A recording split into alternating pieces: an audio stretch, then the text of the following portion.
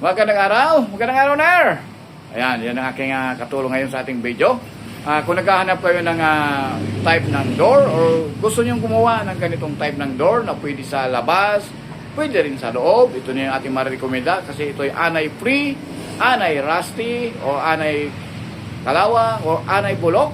Ito na yung marirekomenda natin, isang type ng aluminum single lip swing panel door. Ayan. Ito lang yung mga ginamit natin. Sasay natin kung kayo gagawa, ito yung ginamit natin. Paikot. Ayan, pinaka-frame natin. Ayan, frame ay isang tubular 1 3/4 by 4 aluminum. And then, para lalong tumibay, linagyan natin sa gitna, divider. Pampatibay pa rin, para mag-curve. Ayan, isang tubular na 1 3/4 by 1 3/4 na tubular din, aluminum tubular. And then, yung dingding natin, yung cover, taas, baba, yan, naka-square na yan. Yan, ginamit natin dyan ay isang ACP or aluminum composite panel or cladding. Minsan tinatawag na cladding.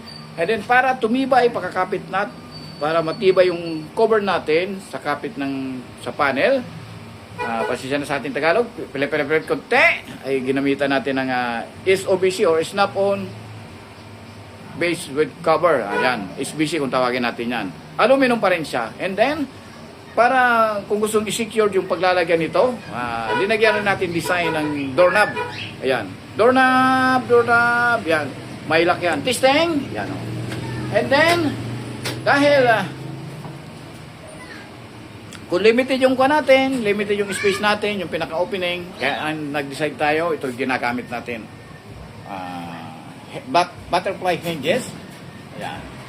304 din yan. Kaligtas din yan sa ating pagkakalawang, pagkasira. And then yung space yan, pakilapat ditener. Ayan. Limited space lang. Kasi, pag binuksan mo, tatago yan dito yung open niya. Ayan. Tago. Ayan. Dalawa yan, dinagay natin. Ayan, dalawa rin. Parehas lang. Ayan. Ayan, yung dinagay natin. Okay. Yan. Ito pala powder coated white, kaya hindi na siya talagang mag-deteriorate. So, yan, yung sa interconnection naman, pangitin na natin, nagamit tayo dyan ng bracket na 1 1/2 by 1 1/2 by 1 1/2 by 1/8 angle bar. And then ginamit natin rivets, kasi by rivets lang yan, ay 4-6. At ginamitan natin yung eksakto talagang butas, nagamit tayo yung drill bit ng Renal 1/8 or 9/7 ito 964 yan. Yung 1/8 kasi medyo yan, maliit. Kung gustong isakto 964 yung sa dalawa. Yan. Meron pa tayong isang visitor. Hi Ren. Yan. So dahil lalong pinatibay natin, ginamitan natin ng naka 45 degrees. Yan. Ang iba kasi niya, katutok-tutok lang, 45, talagang naka-intact. Yan. So kung interesado kayo, kung gusto niyo magpagawa or mag-order, pag-contact na lang tayo. Pag-contact na lang sa aming number, cellphone number na 0998-541-3688 at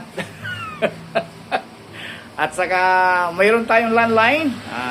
Pwede niyo kami kontakin sa area code na 02-8556-9361. Maghanap na lang si Kuya Vince or si Kuya Dren and then si Papa B. Yan, para ma-assist ko kayo.